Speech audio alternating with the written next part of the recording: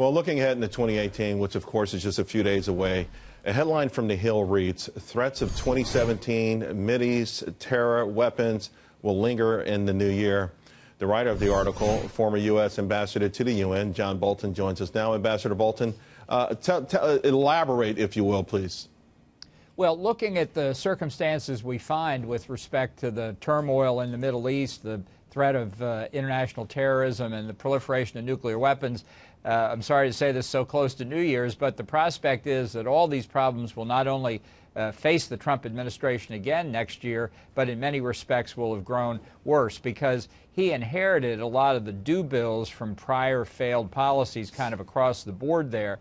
And while he certainly had some important successes, you can see even in recent days that the problems, for example, of North Korea's program have only grown worse as we've seen China basically try and two-time him. Right. So he faces some very tough decisions, and it's going to be significant, I think, throughout the coming year. Yesterday, Rex Tillerson penned a op-ed in the New York Times, and of course North Korea was a large portion of that. And it seemed to suggest or hint that diplomacy could win out, echoing something said by South Korea also this week. But, you know, it's just hard to, you know, we all root for that. We all want that. And certainly you as a former ambassador and diplomat want that as well. But will they ever give up their nuclear weapons? I don't think the North Koreans are ever going to voluntarily give up their nuclear program. And I think we've seen enormous pressure through sanctions. This is a prison camp of an economy. Its people have lead desperate lives. Hasn't slowed the regime down at all, which is why I think there's one diplomatic play left here. It's with China.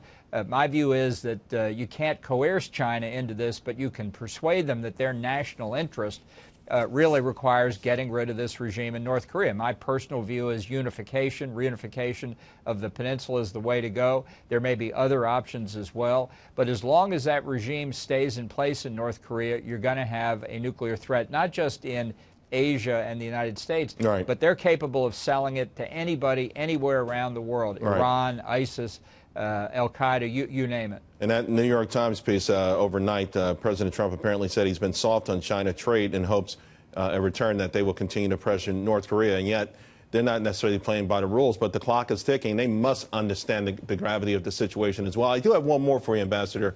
U.S. Ambassador to the UN now, Nikki Haley, was named one of the most admired women. How do you think she fared in her first year? Because I think she had, after President Trump, perhaps the best year of anybody in the administration. Well, she had a great year. I'd give her an A+. She has benefited from being basically untethered from the State Department and therefore has been allowed, I think, to channel the president's views much more directly than people over at State. So I think it's recognition of her accomplishment and well-deserved. And she also, though, voices her own opinions that don't always align with President Trump's on other issues, but they get right back into the business. So I guess ultimately the question is it too early to start saying she's a potential candidate for president one day? Well, I think there already is speculation about it. I think maybe unavoidably. She's been a successful governor in South Carolina. She's now gotten foreign policy experience, so opens the question, how long will she stay in New York? Is she looking ahead? I don't personally know the answers to those questions, but I'll make a prediction since we're getting close to New Year's Eve. I do think the first female president of the United States will be a Republican. All right. Thank you. Ambassador, always great talking to you. Seeing you. Have a great New Year. Happy New Year, Charles.